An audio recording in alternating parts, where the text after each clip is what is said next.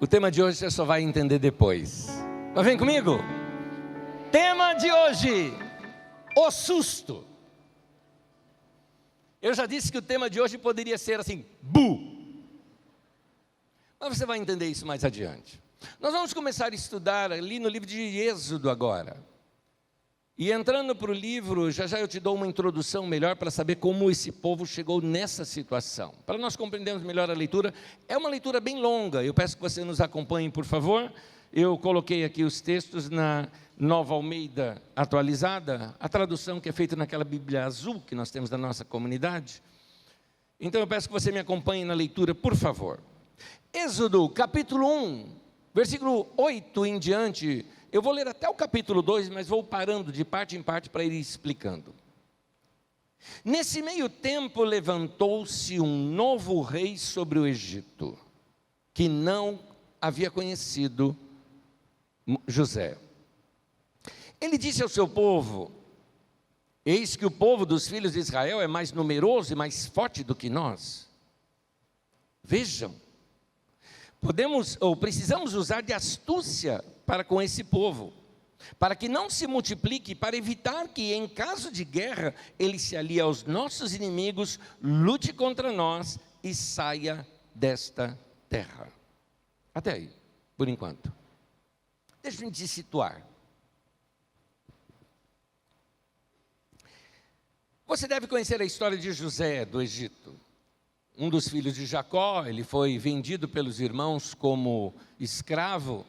E depois de muita história, está do capítulo 37 de Gênesis em diante, quase até os 50, quase ali tudo vai falando sobre a história de José, é muito longa a história. Mas José acaba se transformando num conselheiro pessoal do faraó do Egito. E não somente isso, ele trouxe uma estratégia para o faraó para administrar a nação em tempos de crise econômica, por causa de uma fome que bateria sobre a terra, pois ele interpretou um sonho do faraó das vacas magras e das vacas gordas, que já deve ter ouvido essa história, e 7 anos de fome, 7 anos de prosperidade depois de 7 anos de fome, e ele fez uma estratégia e salvou o Egito de uma crise financeira. Não só isso, o Egito enriqueceu com tudo aquilo. Portanto, José se tornou um homem proeminente no Egito. Quem dominava o Egito nesse período, é como se você dividisse o mapa do Egito em dois.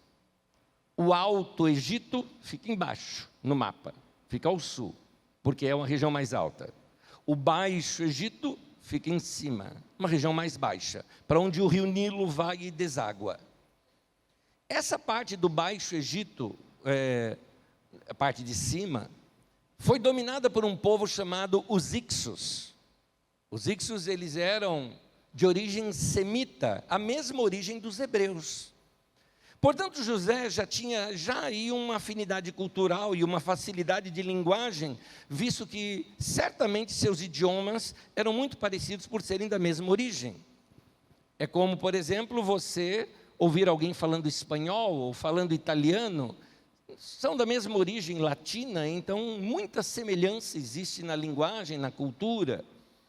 Portanto, quando Jacó, juntamente com seus filhos, vai para o Egito para buscar comida, tem toda uma trama em torno daquilo. José se revela, mostra quem ele era e arruma um lugar para eles morarem no delta do Nilo, na parte mais baixa, uma terra muito fértil, e lá eles cresceram, se multiplicaram e se tornaram um grande povo.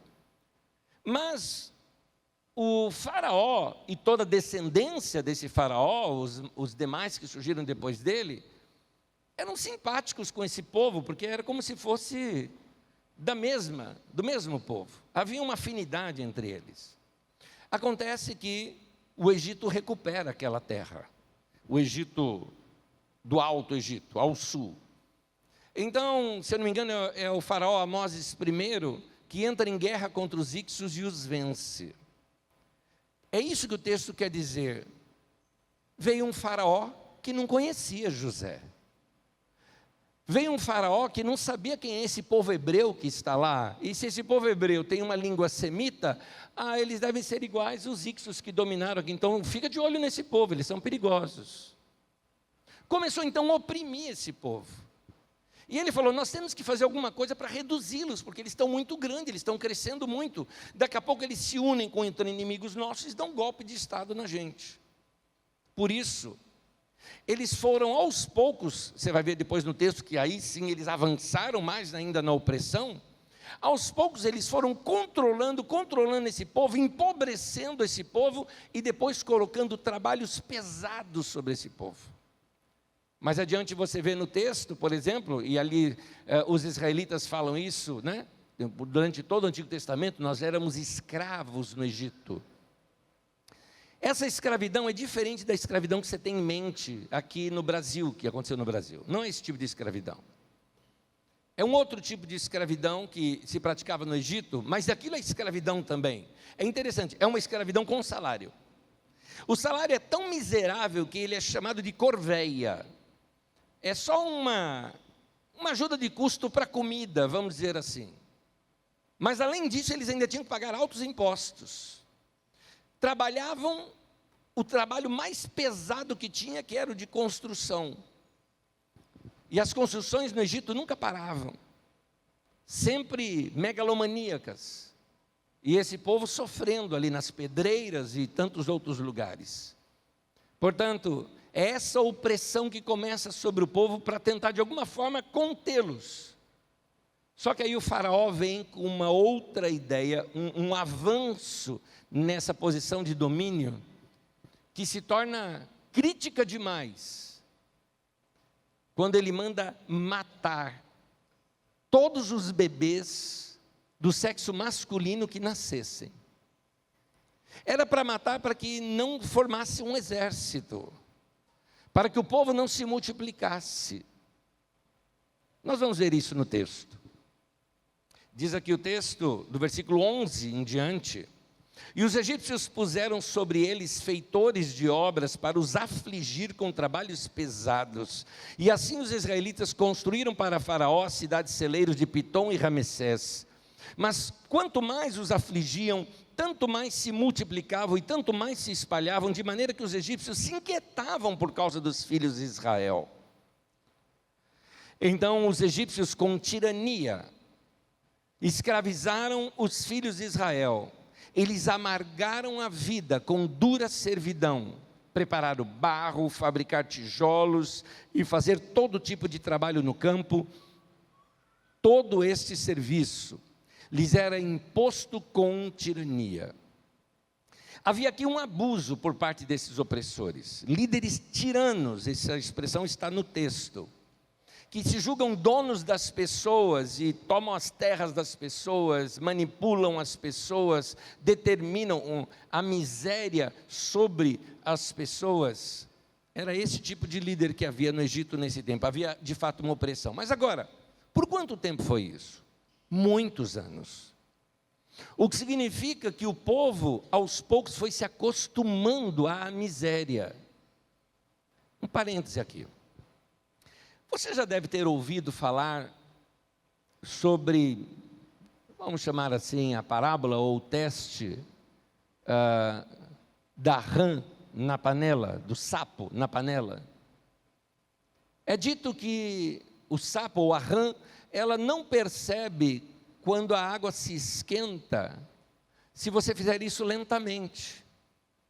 Se você colocar numa panela com água fria, e ela ficar ali quieta, você ligar no fogo e for esquentando aos poucos, ela não percebe que aquela água se esquentou, até que aquilo ferve e a mata, ela morre.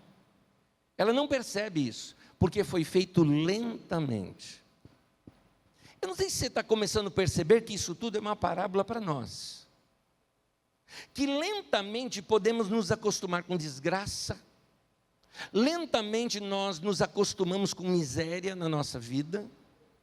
As coisas acontecem lentamente, às vezes você está vivendo uma vida de opressão, mas você se acostumou com ela.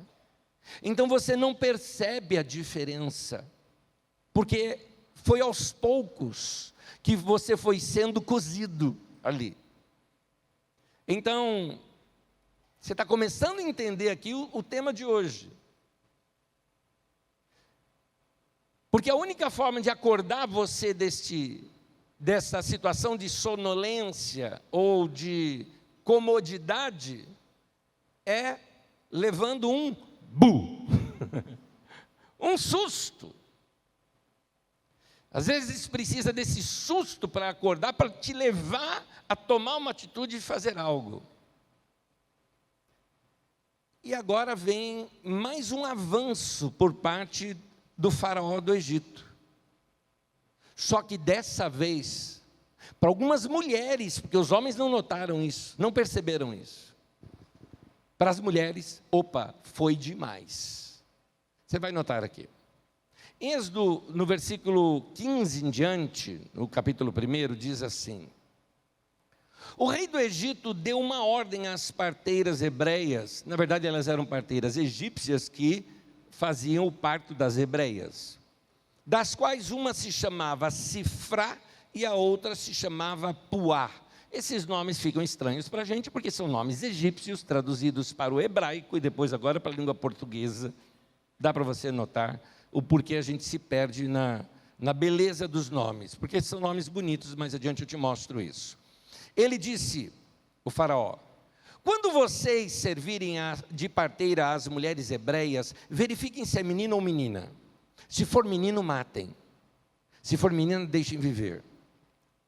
As parteiras, porém, temeram a Deus e não fizeram o que o rei do Egito lhes havia ordenado. Pelo contrário, deixaram viver os meninos.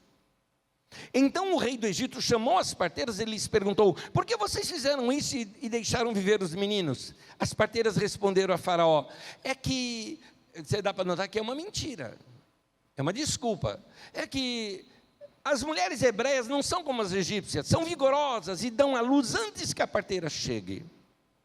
Foi mentira.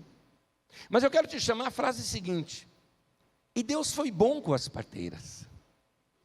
Elas mentiram e Deus abençoou. Eu vou te explicar isso mais adiante. E o povo aumentou e se tornou muito forte. E porque as parteiras temeram a Deus, Ele lhes constituiu família. Ou seja, uma grande bênção para a mulher naquele tempo era gerar filhos, ter família, ter história, ter futuro. Então Faraó deu ordem a todo o seu povo, dizendo: joguem no Nilo todos os meninos hebreus que nascerem. Quanto às meninas, deixem viver. Eu queria fazer um comentário aqui. É interessante que elas mentiram, desobedeceram e Deus honrou. Sabe o que é, queridos? É que eu acho que também, às vezes, nós tratamos algumas questões de modo muito religioso e com uma moralidade falsa. Porque cá entre nós, eu acho até que deveria ter outra palavra para definir o que elas fizeram e não a palavra mentira. Porque a mentira que a Bíblia condena é quando você prejudica alguém com a sua mentira.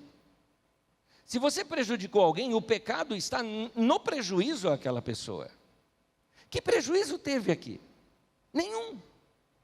Na verdade, foi bênção. Salvou crianças da morte. Eu também mentiria. E de consciência limpa. Tanto que Deus abençoou. Ou você acha que quando você chega assim, está fazendo uma festa de aniversário de uma criança. Aí a criança, para onde a gente está indo? E você fala: estamos indo na casa da tia tal. Não é verdade, você está indo para a festa. Mas ela chega lá e vê que é uma festa de aniversário dela e fica toda feliz. Você prejudicou a criança com aquilo? Não, então por favor, né? Trata-se de uma brincadeira ali. Ou nesse caso aqui, trata-se de uma articulação para que crianças não morram. Então, é interessante como às vezes na filosofia a gente tem que pensar sobre o bem maior, o bem menor, ou o mal maior e o mal menor. E eu acho que isso aqui não causou mal nenhum. E por isso, a prova disso é que Deus abençoou.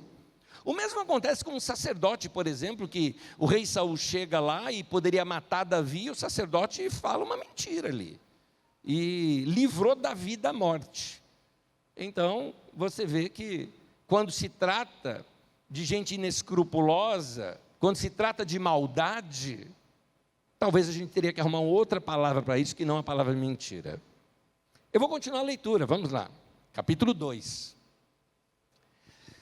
Um homem da casa de Levi casou com uma mulher da mesma tribo. A mulher ficou grávida e deu à luz um filho.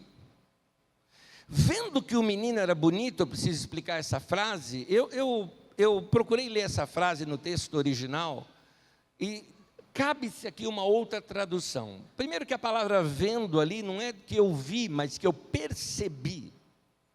Percebendo que o menino era alguém especial. É isso que o texto está dizendo. Percebeu que esse menino, tem algo nesse menino. E um detalhe, a gente que hoje conhece a história, a gente que já sabe o final da história, fala, estava certo. Esse menino nada mais nada menos é do que Moisés. Vamos continuar aqui. Percebendo que esse menino era especial, vendo que o menino era bonito, escondeu durante 3 meses. Não podendo, porém, escondê-lo por mais tempo, pegou um cesto de junco, tapou os buracos com betume e piche, e pondo nele o menino, largou o cesto no meio dos juncos à beira do rio. A irmã do menino, esse menino tinha uma irmã mais velha, o nome dela era Miriam. A irmã do menino ficou de longe, para ver o que ia acontecer com ele. A princesa, filha do faraó, desceu para se banhar no rio, e as moças que tinham vindo com ela passeavam pela margem. Quando ela viu o cesto no meio dos juncos, mandou que uma das criadas fosse buscá-lo. Abrindo o cesto, viu a criança, e eis que o menino chorava. Ela teve compaixão dele e disse, este é um menino dos hebreus. Então a irmã do menino, essa irmã é fantástica, perguntou para a filha do faraó, olha que menina ousada, se dirigiu à princesa. Quer que eu vá chamar uma das hebreias para que sirva de ama e crie esta criança para a senhora? Uma explicação, esta princesa provavelmente era uma moça muito nova ainda. Eu calculo alguma coisa entre 10 e 12 anos de idade, porque as mulheres se casavam muito cedo naquele tempo, provavelmente aos 14 já estaria casada. Se ela ainda era solteira, ela era muito nova, novinha. O bebê para ela era um pet, não era ainda um filho, ela não tinha essa consciência, mas ela era princesa, podia fazer o que queria. Por isso ela precisava de uma ama de leite. E a irmã do Moisés faz a proposta. Quer que eu chame uma mulher hebreia para amamentar essa criança para você? E chamou a própria mãe da criança. E diz aqui o texto, versículo 8, a filha do faraó respondeu, sim, vá. A moça foi e chamou a mãe do menino, que é Joquebede. Então a filha do faraó disse à mulher, leve este menino e amamente-o para mim, e eu darei um salário para você. A mãe do menino ainda ia ser paga para amamentar o seu próprio filho. A mulher pegou o menino e o criou. Quando o menino já era grande, ela o levou à filha de Faraó, da qual ele passou a ser filho, e esta lhe deu o nome de Moisés, e disse, porque das águas o tirei. Olha só, um mecanismo de opressão, extermínio de criança, algo macabro, uma ação violenta, matança de meninos, gerou um susto na população.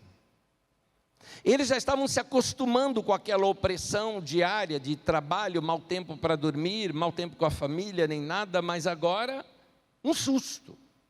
Vão matar nossos filhos. E esse susto provoca a reação de algumas mulheres, que numa articulação e numa insubordinação, elas dão início a uma grande revolução. Nós estamos falando do êxodo, da saída do povo de Israel do Egito, indo para a terra prometida e formando a grande nação de Israel, de onde vem o nosso Messias, o nosso Salvador. Mas para acontecer tudo isso, precisou primeiro que algumas mulheres fizessem algo. Quando a gente faz uma leitura do texto, uma leitura talvez até míope, a gente não percebe ou vê essas mulheres apenas como atrizes coadjuvantes, mas não são, elas são as atrizes principais aqui nesse texto. Tudo começou com elas. Olha quanta mulher está envolvida aqui nesse texto, nesse momento. Primeiro, você vê a insubordinação lá de Sifrá e Puá, que o nome fica feio porque foi traduzido de outra língua, não é? É como Anésio, por exemplo, não é? É feio, mas é bonito na outra língua. Ele é grego, significa louvor. Olha que coisa bonita, não é? Uma oferenda para Deus, uma oferta para Deus. Olha que coisa linda. Mas Sifrá significa beleza, Puá significa esplendor. E essas moças, que ainda eram moças, que elas não eram casadas, o texto mostra que elas construíram família depois, resolveram se rebelar, arriscaram a vida por causa dos bebês. Se articularam com aquela mãe, Joquebede, sabemos o nome dela lá em Êxodo 6, que com muita astúcia bolou um plano. E esse plano foi todo articulado, e uma grande articuladora aí foi essa irmã de Moisés, talvez uma adolescente, Miriam, que me chama a atenção o nome. Porque sabe o que significa Miriam? Rebelião. Ela era rebelde.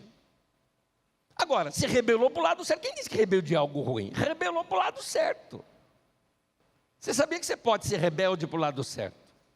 Alguns anos atrás, não faz tanto, talvez uns 15 anos atrás, eu me lembro que eu me constatei de algo. Eu falei para a igreja, falei, gente, eu preciso admitir algo para vocês. Eu sou rebelde. Eu descobri que eu sou rebelde. Eu fui analisar minha vida e falei, eu sou um rebelde. Só que eu me rebelei para o lado certo. Eu tocava numa banda de rock na minha adolescência, todo mundo lá puxava uma maconha, nunca peguei num beck na vida. Nunca quis. Não queria saber disso.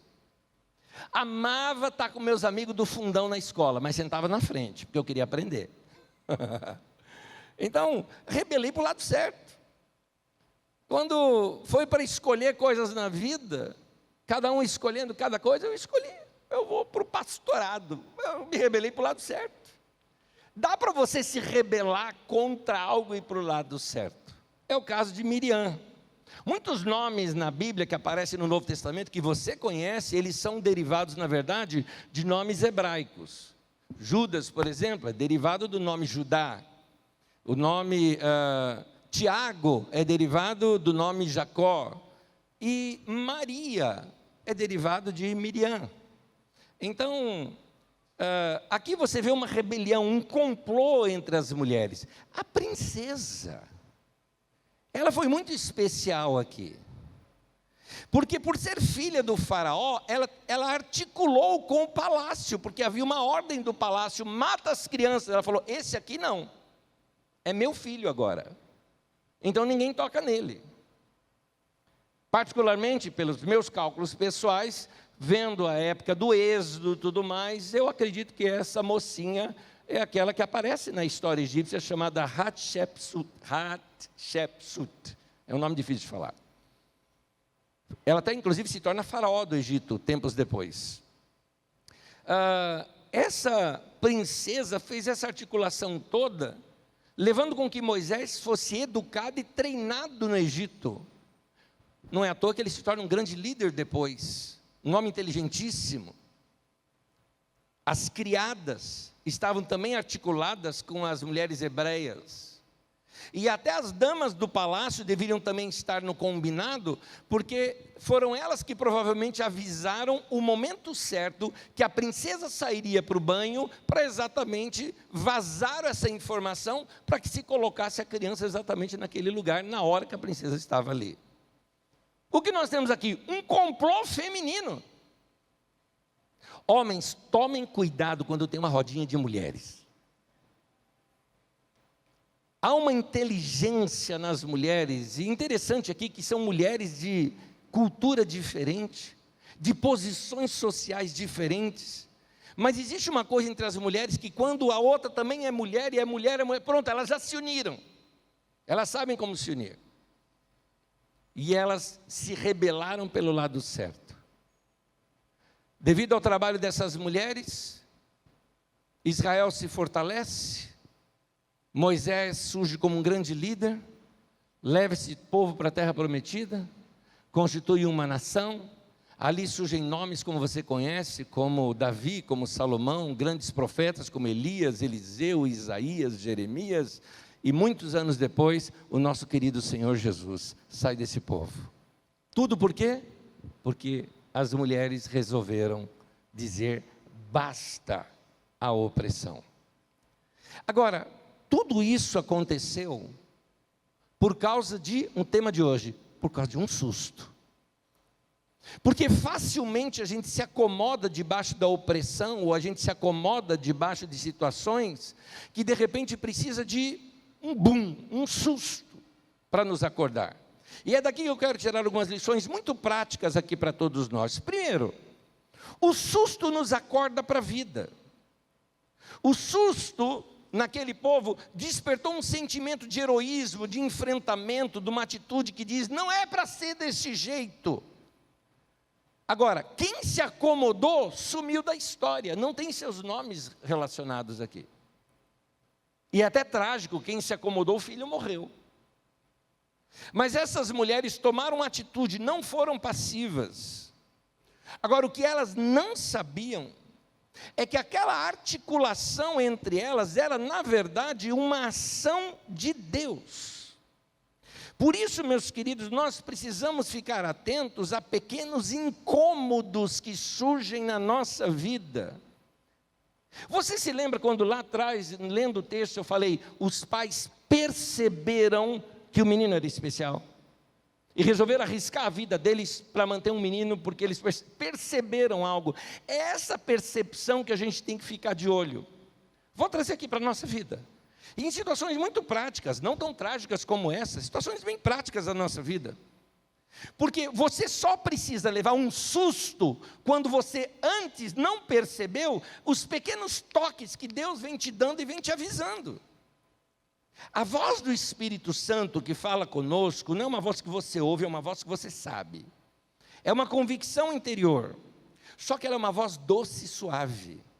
Está ali o profeta Elias para nos ensinar isso.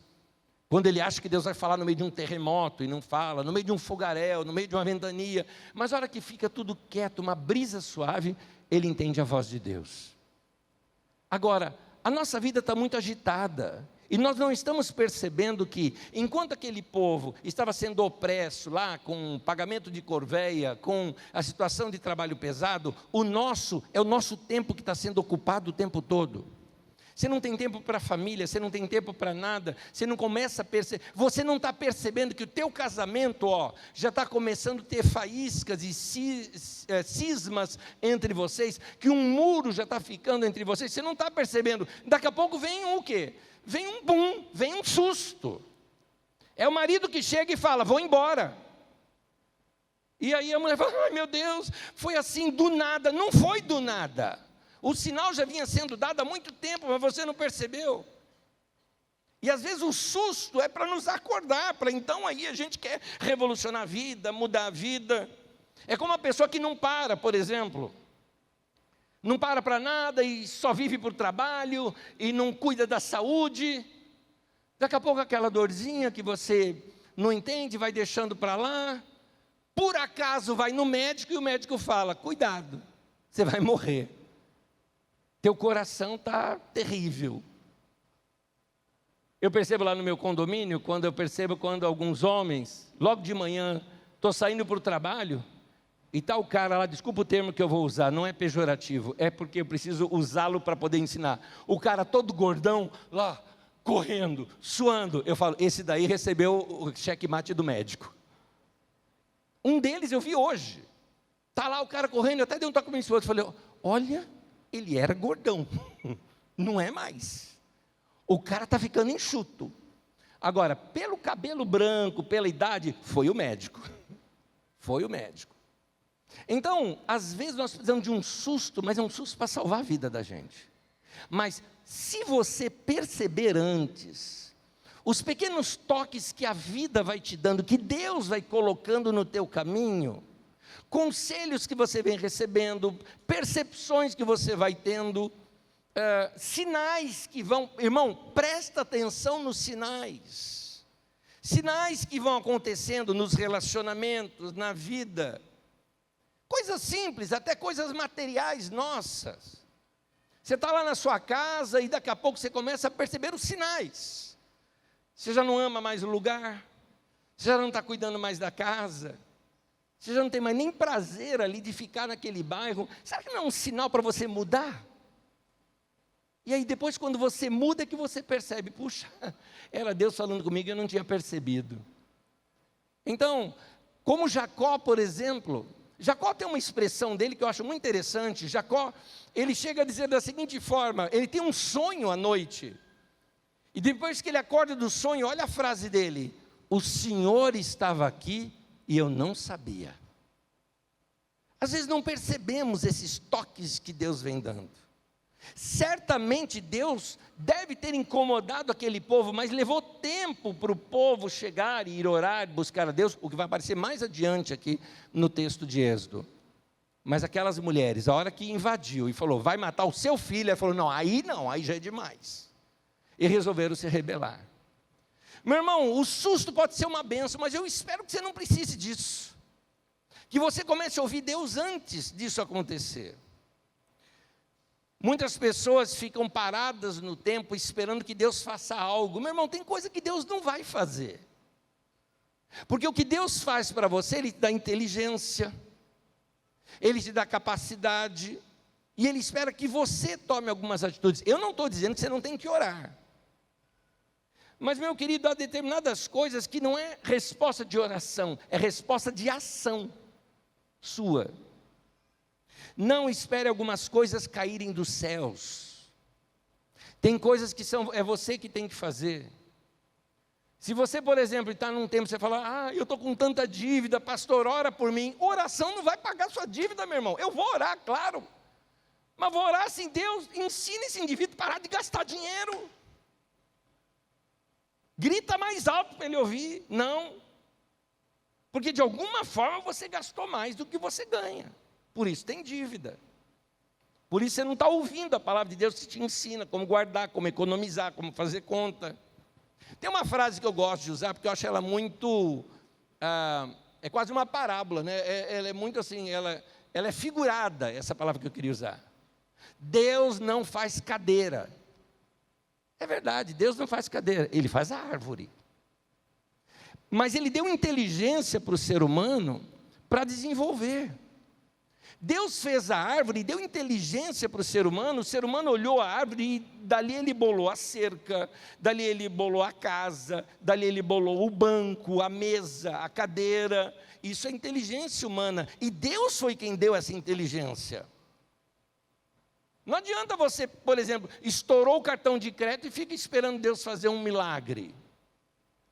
Aí fica colocando a conta debaixo do rádio lá, esperando a oração do missionário com o copo d'água em cima e esperando que a conta saia autenticada. Meu irmão, Deus faz milagre, mas não faz barbaridade, meu irmão. Espera aí. Deus te deu o quê? Inteligência. Você vai fazer conta, você vai pôr freio na tua boca, no teu bolso, não é? Eu não sei lidar com cartão de crédito. Quebra. Pronto, resolveu o problema. Quebra. Vou te contar o que eu fiz na minha vida. Eu e a Magda, recém-casados, ninguém tinha dado essas instruções para a gente. Era aquela época, alguns de vocês que estão da minha idade devem se lembrar dessa época, que nós estávamos com uma inflação altíssima aqui no Brasil, tão alta que, por exemplo, se você comprasse no mercado de manhã era um preço, à tarde era outro, à noite já era outro. Você recebia o dinheiro, você tinha que correr para o mercado para comprar. E tinha uma coisa nos postos de gasolina, que era assim, cheque é um negócio assim, sei lá, pergunta para a pessoa do lado, depois eu vou te explicar o que é cheque, tá bom? Tem algumas pessoas que nem sabem o que é isso mais. Então, tinha cheque para 30 dias, 60 dias, 90 dias, e a gente se sentia assim, né, bem com aquilo. Aí, quando eu percebi, eu já estava com meses comprometido do meu salário. A conta bancária nossa parecia frigideira quente, quando cai gota d'água, fazia assim, a hora que caiu o salário. Já estava todo comprometido. Sabe o que eu e a Magda fizemos? Com um bebê pequeno, nosso primeiro filho, bebê ainda. Deixamos o carro na garagem, paramos de gastar, andamos a pé, andamos de ônibus, para esperar vencer aqueles cheques que nós já tínhamos sido colocados para 30, para 60, para 90, e depois cortamos, falamos, não vamos pegar mais cheque. Vão deixar um ou outro lá para emergência, só para sacar o salário para alguma coisa parecida. Nada de usar cartão, nada disso. É um problema quando a gente não sabe como usar. Eu me lembro uma vez, meu filho, olha como criança não entende disso. Meu filho mais velho, quando ele era pequeno, uma vez ele chegou assim e falou: pai, vamos no McDonald's. Falei: filho, vou ser sincero com você, papai está sem dinheiro.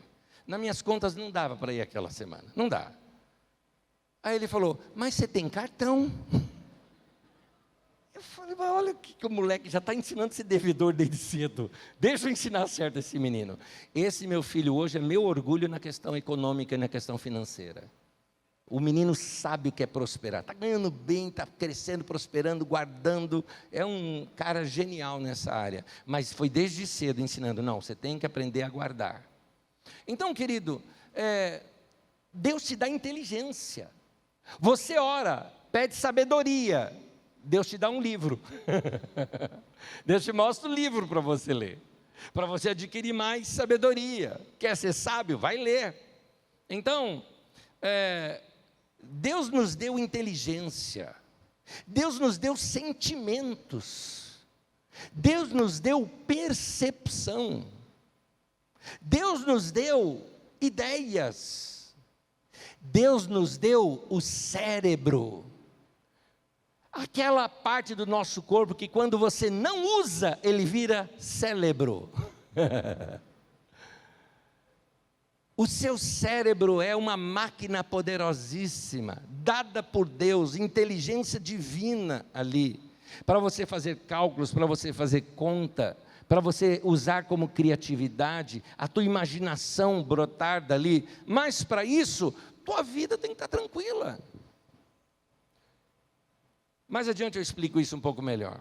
Deus deu a terra para o homem, e o homem foi lá, extraiu o mineral, manipulou o ferro, o chumbo, o titânio, desenvolveu smartphones, desenvolveu computadores, enviou foguetes, colocou satélites em órbita, tudo isso usando cérebro.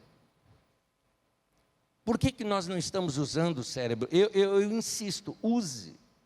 Mas para isso, você precisa de uma vida calma e tranquila. Às vezes nós espiritualizamos demais a vida. Estou eu aqui como pastor te orientando. Não espiritualize demais as coisas. Vou dar um exemplo para vocês aqui da mensagem.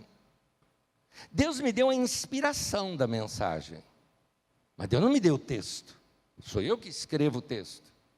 Sou eu que redijo o texto, que vejo onde estão as repetições, que diminuo, uso os exemplos. Eu vou usar agora a minha concentração, vou usar o meu estudo. Quando eu falo aqui que tem uma mensagem de Deus para você, não é que eu estava lá em casa e daqui a pouco fui possuído pelo Espírito Santo e comecei assim, sabe, escrever aqui. Não é isso, gente. Não é isso. Nem a Bíblia foi escrita dessa maneira. Uma mensagem não é ditada do céu. Deus faz árvores, não cadeiras. No meu caso, Ele me dá a sua palavra e seu Espírito, mas nós é que escrevemos, nós que pregamos, nós é que olhamos para as pessoas, vemos quais são os melhores exemplos para ser dado para cada pessoa. Não espiritualize demais as coisas. Na prática, isso, para de dizer que isso foi Deus ou foi o diabo o tempo todo. Tem coisa que é você. Eu fui muito mal na prova e não fui aprovado. Foi o diabo me perseguindo. Que o diabo, meu irmão? Se houve um diabo, foi seu smartphone que você não largou e não estudou o tempo todo, ficou lá no chat o tempo todo e não estudou. Isso é que foi o diabo na tua vida. Mas é você que tem que ir lá estudar, se preparar, dormir bem para poder ter uma boa memória. Pare de espiritualizar demais a vida. Sim, nós temos que orar, nós temos que ter comunhão com Deus, mas tem muita coisa que Deus vai falar: faz você. Então, meu querido, eu queria propor algo aqui para você. Hoje, Deus está aqui te cutucando, te inspirando. Talvez já está surgindo algumas ideias, mas você precisa tomar o seu passo. Você se lembra que quando Jesus foi ressuscitar Lázaro, olha só, nenhum de nós tem poder para ressuscitar alguém, mas Jesus tinha. E Ele tem todo o poder. Quando Jesus chega no túmulo, havia uma pedra enorme no túmulo, que somente com muitos homens para remover aquela pedra. Jesus poderia muito bem chegar assim e falar: pedra, remova-se. E aquela pedra magicamente sairia todo mundo. Oh. Mas Jesus não fez isso. Jesus chegou para o pessoal e falou: removam a pedra. Por quê? Porque isso dá para os homens fazer. Deus não abençoa a preguiça. Vou realizar um milagre, mas vocês vão ter que remover a pedra. Pega isso e traz para a sua vida. Deus pode fazer coisas extraordinárias na nossa vida, mas é você que tem que remover a pedra. É nesse sentido que aqui, usando o nosso texto, em que aquelas mulheres articularam algo para poder realizar algo que era a vontade de Deus, articule uma mudança na sua vida. Toma uma atitude de acabar com essa opressão que você está sentindo na tua vida. Toma uma atitude para olhar para a tua vida e falar: não era para a minha vida ser assim. Vamos pegar na vida financeira, olha para a tua vida financeira. Talvez se você olhar os seus anos que você tem e falar: não era para eu estar nesse nível de vida financeira, era para eu estar melhor. E por que não estou? Porque eu relaxei lá atrás, porque eu não fui adiante, porque eu não fiz curso. Eu espero que você não precise de susto na sua vida. Talvez o susto seja hoje, essa mensagem: acorda. Porque eu falo para o pessoal: vai fazer um curso. Não, mas minha empresa é maravilhosa, eu estou muito bem no meu trabalho. Vai aperfeiçoar suas ferramentas, meu irmão. O mercado muda rapidamente, daqui a pouco o teu trabalho já tem um robô fazendo no teu lugar. Aí um dia alguém chega para você e fala: ó, sexta-feira, bem na sexta-feira, à tarde, 4 horas da tarde ou 5 horas da tarde, olha, passa lá no RH. Tchau, meu amigo. Desculpa que é piada, de mau gosto, mas é verdade. É isso que acontece muitas vezes, aí a pessoa fica apavorada, um susto: o que eu vou fazer da minha vida? Querido, planeja melhor a sua vida. Olha para a tua vida, vê que daqui a pouco existem alguns pontos de opressão, alguns pontos que você não cresceu, algumas coisas que precisam melhorar. Diga-me, você que é casado, teu casamento está no nível que você gostaria que estivesse? Tua família está no nível que você gostaria que tivesse? O que você precisa fazer? Não é o que o outro precisa fazer. O que você precisa fazer para aquecer esse relacionamento, para ter uma experiência melhor? Alguns de vocês, deixa eu falar aqui com solteiros e noivos. Você está namorando há quanto tempo? Está bom o namoro? Está legal? Vocês estão crescendo juntos? É aquela pessoa que assim está fazendo diferença na sua vida? Maravilha, casa. Se prepara para isso. Vai viver a vida a dois, é maravilhosa quando vocês são assim, pessoas que vocês perceberam: encontrei aqui a pessoa para a minha vida. Agora, vamos para o outro lado. Como é que está o teu relacionamento? Mais ou menos. Mais ou menos o quê? A gente briga muito. Agora, como namorado, brigando? Quando casar então? Deus do céu, daqui a pouco Lei Maria da Penha vai ter que agir para namoro, para algumas pessoas. Como é que vocês estão? Vocês estão crescendo junto? Não está nada. Vocês têm planos? Não, plano de nada. Estão crescendo junto financeiramente? Que nada, pastor, esse cara que só pega meu dinheiro o tempo todo. Minha amiga, segue esse conselho da minha avó: antes só do que mal acompanhado. Olha para a vida, seja sincera. Quer uma dica para você? Devolva o produto, minha querida, enquanto está na garantia. Vai perguntar para quem não devolveu. Vai perguntar. Tome atitudes de mudança. Está nas suas mãos isso. Quer um desafio? Põe um desafio de ler um livro por mês. Não é nada tão grande assim, hein? Um livro por mês. No final desse ano, você já vai ter 10 livros novos que você leu. Nós já estamos no final de fevereiro, meu querido. Fevereiro já foi embora. Vamos contar de março em diante. Mas está em tempo ainda. Você vai chegar no final do ano com 10 ideias novas, ou mais. Por causa de coisas, o livro expande você. O livro faz você ir a lugares que você talvez nunca foi e nunca vai. Eu me lembro uma vez, eu estava falando com uma pessoa, eu falei: eu já fui para o Azerbaijão, eu já fui lá nos Alpes Suíços também, já fui lá. Eu já fui num lugar do Oriente Médio, que era assim, totalmente inóspito, mas depois eu descobri um povoado ali. O deserto, rapaz. Deserto é um lugar muito quente durante o dia e muito frio à noite. Alguém falou, nossa, como você é viajado, né? Eu falei, eu nunca fui lá fisicamente. Os livros me levaram lá. Bastou o livro e a minha imaginação. E fui passear em todos esses lugares.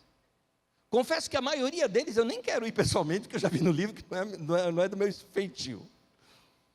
Mas quando você lê, aquilo expande a tua mente. Aquilo te dá criatividade. Eu me lembro uma vez eu estava dando uma aula sobre a cidade de Éfeso. E falando das ruínas que existe hoje lá. E descrevi os lugares. O lugar onde Paulo esteve. Aquele lugar perto ali da biblioteca, onde tinha uma espécie de uma faculdade de medicina. E Paulo realizando milagres ali na faculdade de medicina. E eu descrevendo o lugar, uma mulher me procurou depois e falou, nossa, eu já fiz umas 2 viagens para lá, maravilhoso, você foi quantas vezes lá? Eu falei, nunca fui. Mas como é que você sabe de tudo isso? Leitura, livros, pesquisa.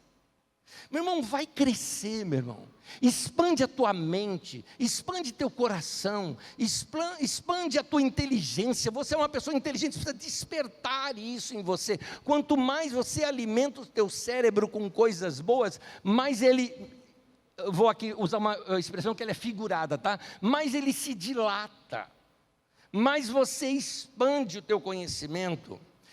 Se você começar a ler livros agora, você termina o ano de uma maneira bem diferente, com ideias novas. E é um detalhezinho, às vezes uma mudança na nossa vida, tão pequena, pode fazer uma grande diferença lá adiante. É como um tiro a longa distância, você muda milímetros aqui, e lá adiante já se torna uma diferença muito grande de espaço entre o que você era e o que você se tornou. Então, por exemplo, comece a fazer caminhadas, exercícios, ainda que leves, daqui a algum tempo vai fazer muita diferença na sua saúde. Comece a melhorar a sua alimentação, insira algumas coisas, retire outras, ao longo do tempo vai fazer grande diferença. O problema é que nós estamos na geração drive-thru. O que é a geração drive-thru? Você passa de um lado, faz um pedido, chega do outro, já está tudo pronto. Você quer assim, você quer resolver a vida com um comprimido. Você quer resolver a vida com passes de mágica, ou religiosamente com orações poderosas. Meu querido, Deus não faz cadeira, Deus faz árvore. Vai lá, corta a árvore, manipula, faz o seu objeto. Então, invista num curso novo na sua vida. É início de ano, dá tempo. Ou se matricule, ou faça pela internet, ou dedique um tempo, como eu gosto de fazer. Eu, por exemplo, confesso para vocês, eu detesto cursos. Mas então como é que você está recomendando? Porque pode ser bom para você. Mas sabe o que eu faço? Eu sou autodidata. E pode perguntar para quem anda comigo. Leio bastante, estudo bastante, gosto de estudar. Mas eu quero pesquisar, eu quero ir atrás, eu quero escolher o que eu quero aprender. Mas não paro de aprender, é gostoso, amplia a mente, a vida fica mais gostosa. Você tem mais assuntos na roda. Quando a gente não tem assunto, o que a gente faz? Está ali na roda, com a família, não sabe o que falar. Neymar voltou, né?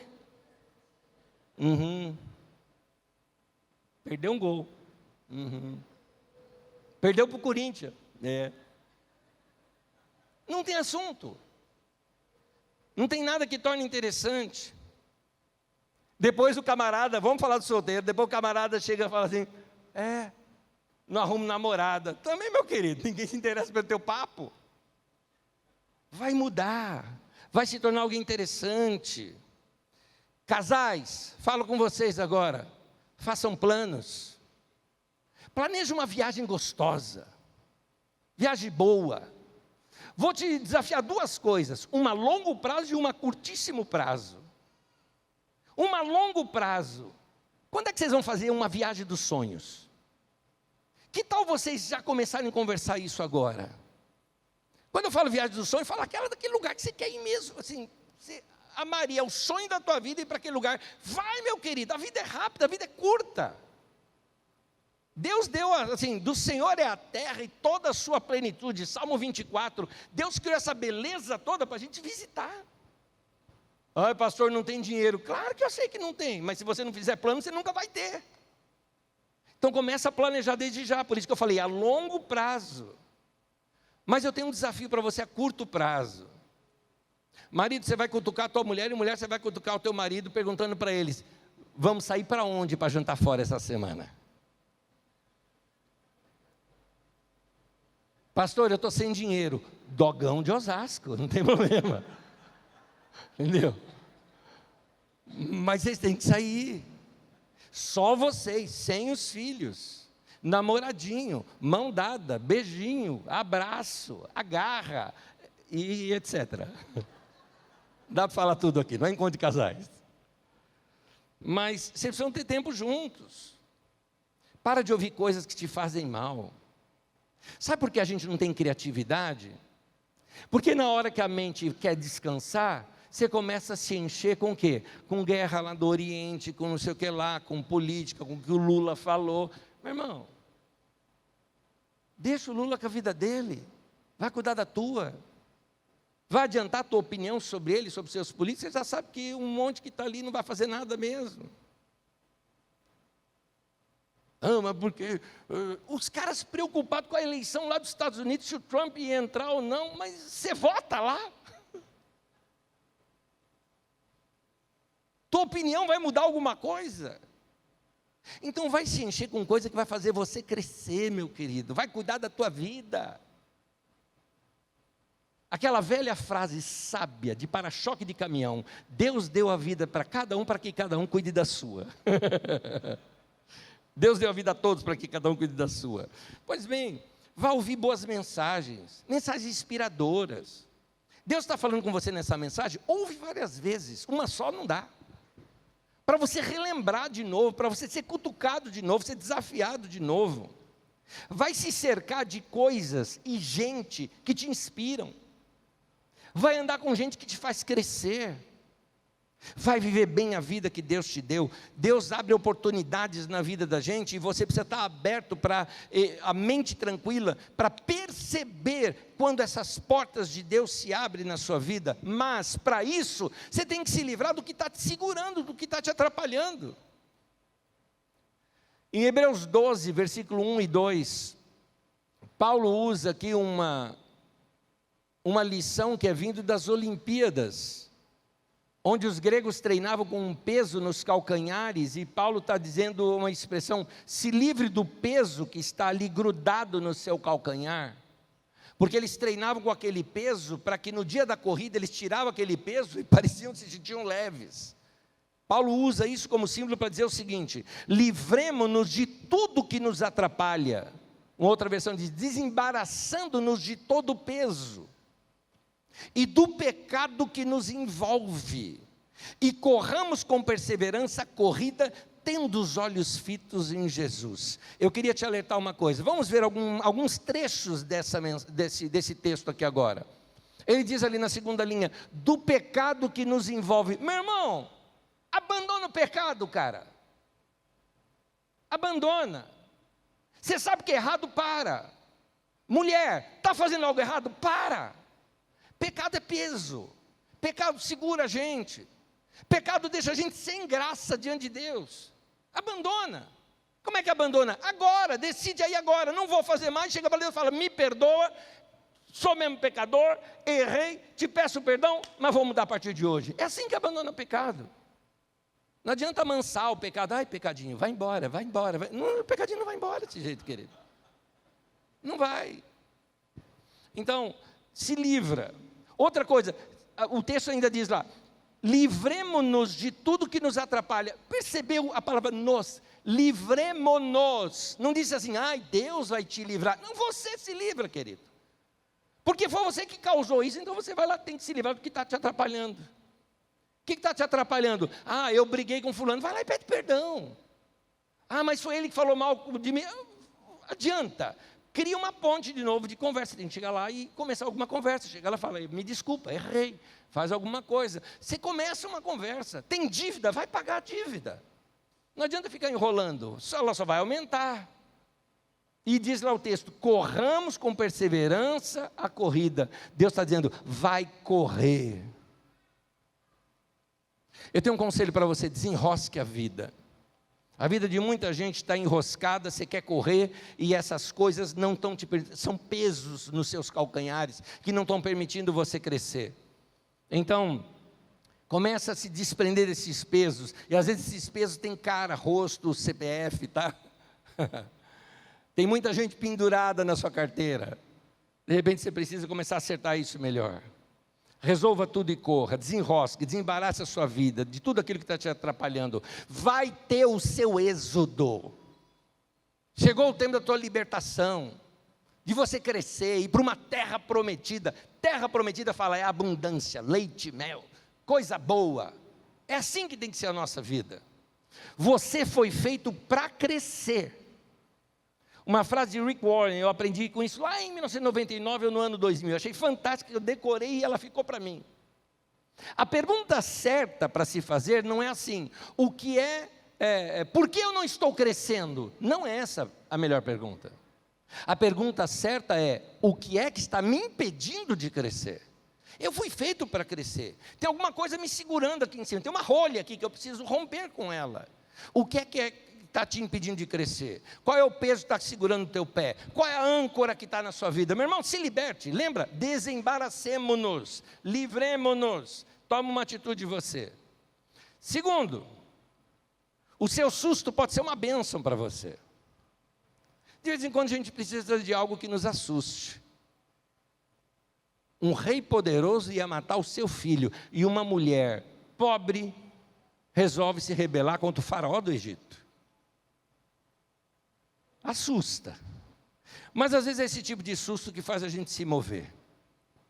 Já disse alguém que os seus maiores milagres estão nos seus lugares mais assustadores. Algumas situações da vida da gente são um grande susto, mas são os maiores milagres na vida da gente. E o susto nem sempre é alguma coisa, foi causado por Deus, pelo diabo. Não, às vezes são conjunturas da vida mesmo.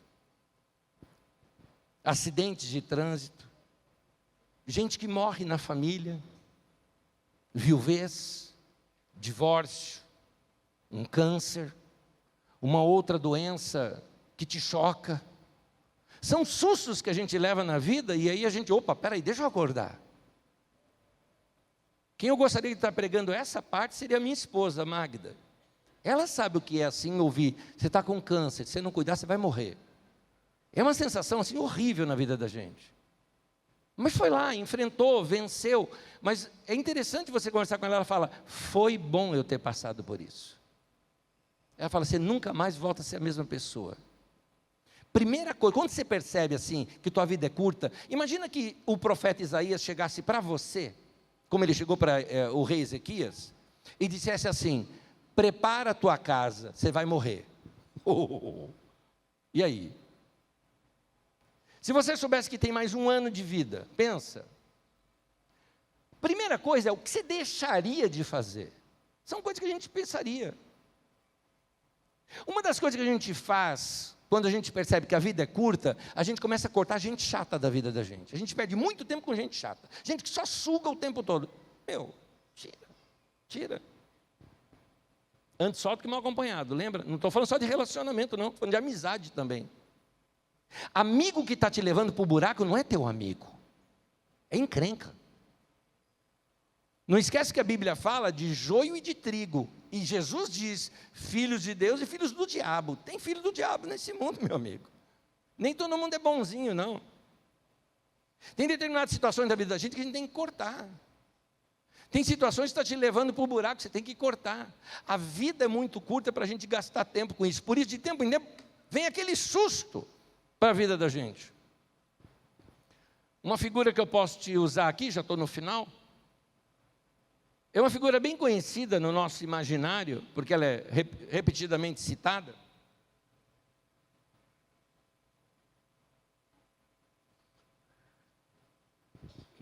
Da águia e dos seus filhotes. A águia é mãezona, cuida lá dos seus filhinhos, sai em busca de alimento, na própria boquinha, no bico, dá no biquinho deles. Imagina os filhinhos como estão. Minha mamãe é linda, minha mamãe é maravilhosa. A mamãe águia está chegando e eles estão assim, a mamãe chegou, com aquela coisa toda. Estou humanizando a águia aqui, tá? Para a gente poder entender melhor. Só que tem um momento que essa águia vai pegar essa criança vai começar a voar lá em cima, e ela, que legal, maravilhoso, só que chegou lá em cima, ela vai soltar essa criança. É o único jeito do bebê águia aprender a voar, não tem outro jeito. A mamãe águia não dá aula, como voar em 10 lições, não faz nada disso. Ela vai dar um susto, e é o susto que vai liberar aquela adrenalina toda, estou humanizando aqui, tá? Estou trabalhando como ser humano, vai liberar aquela adrenalina toda e vai aguçar toda a vida e ela vai aprender a voar. Então quando chega lá em cima e solta, você imagina os primeiros pensamentos, estou humanizando a questão, os primeiros pensamentos daquele bebê águia, gente, minha mãe enlouqueceu. Outro pensamento, chama o conselho tutelar, prende essa minha mãe, megera, e caindo, só que o cair é desespero, começa a se debater, começa a tentar se livrar daquele momento, é um desespero só, é tensão. O que ela não sabe é que aquele desespero está levando a aprender a voar. Porque ela começa a se debater, e a hora que ela começa a se debater mais forte, ela percebe que estabiliza, não está caindo tanto, mas volta a cair, começa a se debater mais, daqui a pouco começa a se debater mais, agora está voando. E certamente naquela hora ela olha e fala, mãe, você é maravilhosa, que mãe incrível, eu não sabia que eu tinha condições de voar. Meu querido, Deus é bom, e às vezes a gente passa por situações que a gente vai perguntar, Deus, por que eu? Tem hora que você tem que falar, por que não eu? Tanta gente já passou por isso.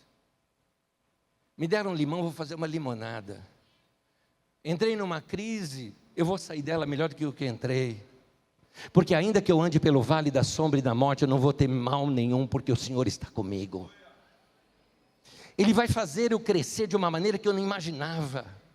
Tem gente que a hora que passa pela crise começa a estudar mais. Tem gente que passa pela crise e trabalha de maneira diferente. Tem gente que quando passa pela crise começa a se renovar na vida, na mente, no pensamento, descobre gente nova, seu horizonte se expande. Tem gente que na crise conhece Deus, tem uma revelação de Deus na sua vida, nasce de novo, amplia completamente seu horizonte.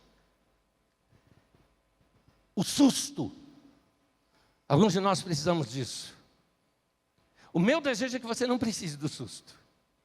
E que você comece a andar por princípios, e andando por princípios, você não precisa de susto na sua vida. Mas se for preciso, o susto pode se tornar uma bênção na tua vida. É um medo saudável, mas que vai sair você da zona de conforto. Eu vou ler o último texto com vocês, mas vou pedir para você ficar em pé comigo, por gentileza.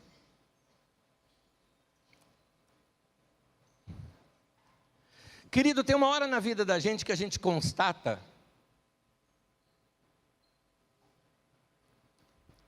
que a gente tem mais passado do que futuro.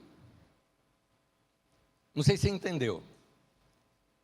Alguns de vocês estão começando a fazer conta. Tem hora que a gente percebe, estou virando, já virei, ou vou virar a ampulheta. Já estou na outra metade da vida. A vida passa rápido, querido. O que eu espero é que você não leve o susto de dizer a vida passou.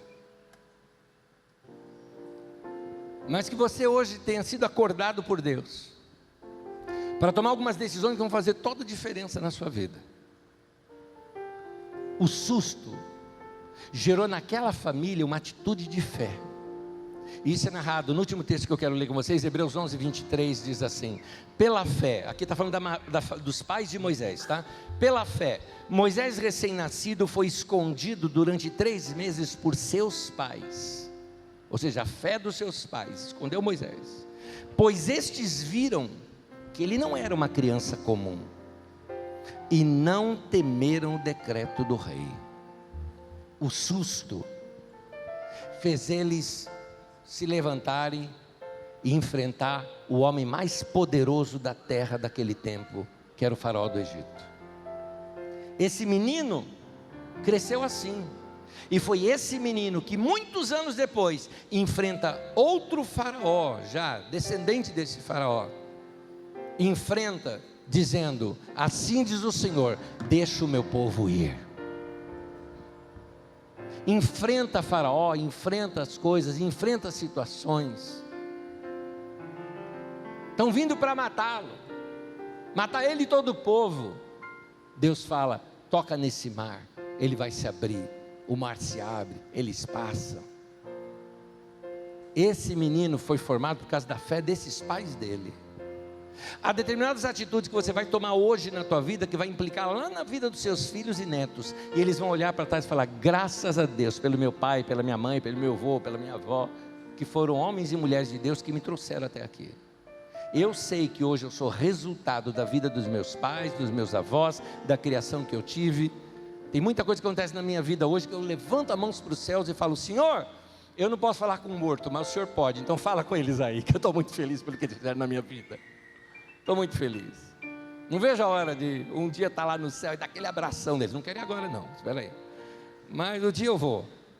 E quem eu vou procurar vai ser exatamente meu pai, minha mãe, minha avó. Sonhei com minha mãe essa noite. Que delícia. Gosto de mantê-los vivos no meu consciente aqui. Mas o susto despertou nessa família um ato de fé. Minha pergunta final. Eu até anotei aqui, eu falei: eu tenho que perguntar isso. Você não precisa levantar a mão, mas você vai responder para você. Para quem que eu estou pregando isso hoje? Tem gente que falou: eu vou levantar a mão sim. Pois é, meu irmão. Toma uma atitude na sua vida. Eu tenho certeza que hoje você pode mudar.